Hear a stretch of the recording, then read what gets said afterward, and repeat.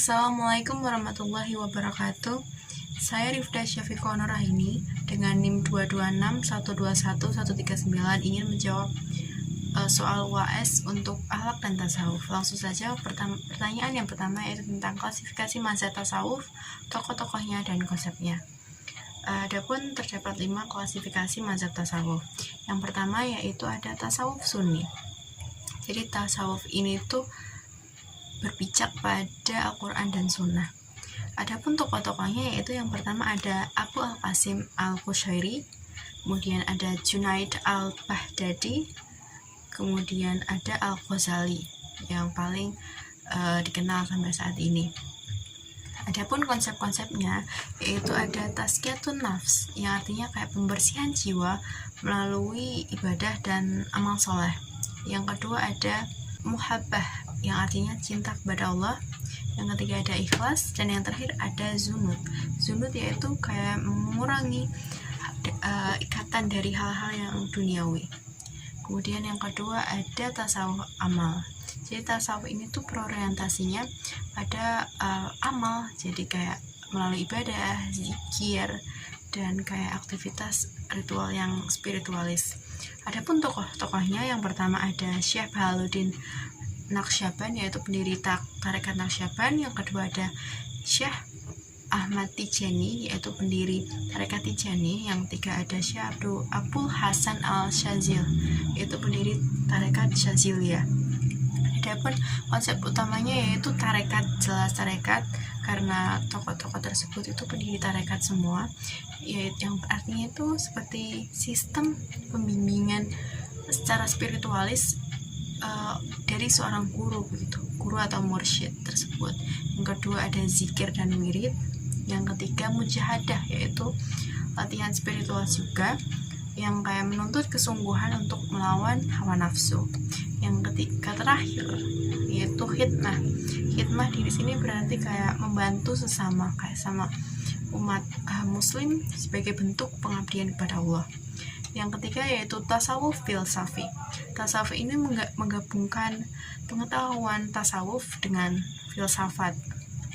Adapun tokoh-tokoh utamanya yaitu yang pertama ada Ibnu Arabi, kemudian kedua Jalaluddin Rumi, yang ketiga Al-Hallaj, yang terakhir Syihabuddin Suhrawardi. Dan konsep utamanya yaitu wahdah al-syuhud, wahdah al-wujud, hulul, dan itihad. Yang keempat yaitu ada tasawuf akhlaki. Jadi sesuai dengan namanya akhlaki, jadi tasawuf ini terfokus pada karakter dan akhlak mulia sebagai jalan utama untuk mendekatkan diri kita kepada Allah. Itu. Adapun tokoh-tokohnya yang pertama ada Imam Al-Muhasabi, ini mencetuskan konsep musahabah. Kemudian yang kedua ada Abu Thalib Al-Makki, yaitu dengan kitab Qut Al-Qulubnya. Kemudian ada Syekh Abdul Qadir Al-Jilani, yaitu konsep ikhlas dan tawakal tersebut. Kemudian yang terakhir adalah tasawuf irfani, seperti namanya irfan, yang berarti tasawuf itu basisnya dari pengalaman langsung atau irfan dari Allah. Adapun tokohnya yakni ada Mullah Sadra, Syekh Najmuddin Kubro, dengan konsepnya adalah makrifatullah dan kas dan juga ilham. Langsung saja pertanyaan kedua terkait menurut Syekh Zunun Al-Misri ada 3 macam taubat dan apa saja. Jadi ada 3 macam. Yang pertama yaitu taubat awam. Jadi mukmin biasa menyadari atas dosa-dosa yang besar gitu kan. Kita sadar pernah mencuri, berbohong, kemudian kita taubat dan menyesalinya dan dengan hati bertekad tidak akan mengulanginya, itu adalah taubat awam. Kemudian yang kedua ada taubat ahwas. Jadi taubat orang pilihan, ya, artinya ada seorang orang soleh begitu membuat sedikit dosa atau sedikit kesalahan, bisa juga dikatakan khilaf. Contohnya kayak seorang mukmin yang taat dan khilaf saat sholat, mungkin tidak khusyuk, jadi mereka bertobat untuk itu. Itu adalah taubat khawas. Kemudian yang ketiga yaitu taubat khawas al khawas, jadi taubatnya orang yang khusus, jadi yang lebih khusus. Contohnya adalah seorang sufi, jadi ketika mereka, jadi taubat mereka ada di titik bahwa mereka merasa bersalah ketika tidak mengingat Allah saat ngobrol dengan teman, saat mungkin sedang mengerjakan sesuatu tidak mengingat Allah, mereka merasa bersalah, dan itulah adalah yang dinamakan taubat khawas al khawas. Langsung untuk soal yang nomor 3 yaitu jelaskan syariah, thariqat, hakikat, dan makrifat disertai contohnya. Jadi yang pertama yaitu syariah. Syariah adalah hukum lahiriah, jadi kayak aturan-aturan lahiriah dalam Islam yang mengatur ibadah, muamalah, dan akhlak yang berdasarkan Al-Quran dan Sunnah.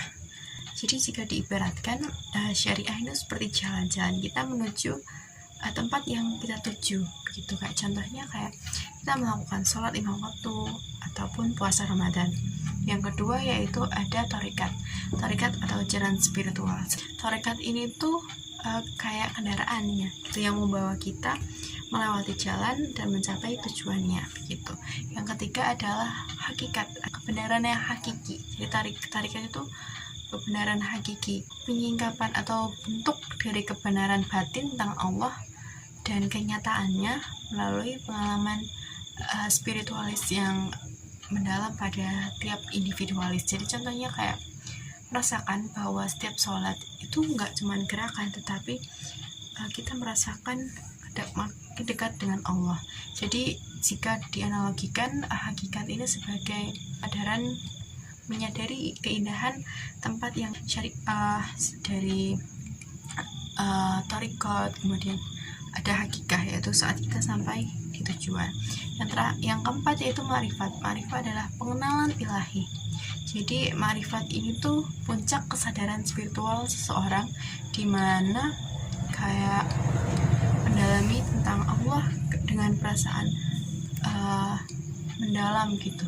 Jadi contohnya kayak saat kayak selalu menyadari kehadiran Allah di tiap-tiap kegiatan yang kita lakukan begitu. Kayak contohnya saat kita ngobrol dengan orang tetap ingat Allah, saat kita ngasih makan ikan juga tetap ingat kepada Allah, nyatuannya dengan hakikatnya tadi. Selanjutnya yaitu soal nomor 4 tentang sebut dan jelaskan 10 tanda muhabbah ilahiyah. Yang pertama yaitu senang melihat dengan Allah, dan ini didasarkan pada surat Al-Ra'd ayat 28 tentang hanya dengan mengingat Allah hati akan menjadi tentram. Yang kedua ada selalu merasa rindu kepada Allah. Orang yang merasa Allah adalah puncak dari kebaikan, puncak penciptaan, maka akan selalu rindu kepada Allah dengan rajin ibadah dan lain sebagainya. Yang ketiga adalah mendahulukan kehendak Allah di atas kehendak sendiri. Yang keempat tidak takut kehilangan dunia karena sudah mengetahui bahwa dunia hanya sementara. Dunia memang tempat bukan untuk mencari keadilan. Yang kelima yaitu merasa nikmat dalam ibadah karena sepenuh hati dengan ikhlas dan menghamba, sehingga bukan hal yang berat lagi hanya untuk sebatas ibadah. Nah, yang keenam menghindari maksiat karena takut menyakiti Allah, karena jelas itu sudah dilarang dengan Allah sehingga kita menjauhi. Yang ketujuh yaitu senang bergaul dengan orang soleh, senang untuk mendapat pembahasan yang spiritualis mendalam tentang agama. 8. Sabar menghadapi ujian dari Allah. 9. Tidak pernah puas dalam berbuat kebaikan, jadi selalu ingin lebih dan lebih karena merasa diri ini adalah rendah, jadi selalu ingin melakukan kebaikan terus begitu. Yang terakhir adalah merasa damai dan kesendirian bersama Allah, jadi individual tidak lagi takut ketika dikucilkan selama tidak melakukan kesalahan, karena Allah akan selalu membersamai. Yang terakhir yaitu tentang konsep ajaran tasawuf filosofi yang berupa wahad al-syuhud, wahda al-wujud, hulul itihad, dan contoh serta analoginya. Jadi wahdah al-syuhud adalah kesatuan penyaksian, jadi kayak meyakini bahwa Allah itu nyata di Allah tuh nyata di hadapan seorang hamba gitu. Contohnya seorang mukmin yang menyaksikan keindahan alam, itu juga seperti ini, dunia ini indah karena Allah yang menciptakan gitu. Sehingga dapat dianalogikan tuh kayak kita lihat bayangan sesuatu di air gitu, kita melihat pohonnya secara fisik, pohonnya itu hanya sekedar refleksi gitu, refleksi dari pohon tersebut gitu. Yang kedua yaitu wahdah al-wujud, yang artinya kesatuan wujud, yaitu meyakini bahwa seluruh makhluk dan alam semesta itu hanya manifestasi keberadaan Allah gitu. Contohnya kita melihat indah, kayak melihat ikan yang cantik, jadi cantik adalah manifestasi dari Allah tersebut gitu. Contohnya yang dapat dianalogikan itu kayak matahari dan bulan. Sebenarnya sumber cahaya itu semuanya dari matahari, kemudian dipantulkan ke bulan, jadi terciptanya bulan. Jadi orang-orang seakan-akan melihat dua sumber cahaya, yaitu matahari dan bulan, padahal bulan ini mendapatkan cahaya dari matahari tersendiri. Dan itu satu konsep dengan wahdah al-wujud ini. Yang ketiga yaitu hulul atau inkarnasi ilahi, yang artinya adalah konsep bahwa bahwa Allah itu ada gitu pada dalam diri makhluk tertentu. Jadi contohnya itu ada pandangan Al-Hallaj yang sempat kontroversial ketika ia berkata ana al-haq, artinya aku adalah kebenaran, yang dipahami sebagai pernyataan bahwa dirinya adalah manifestasi karena telah bersatu dengan Allah.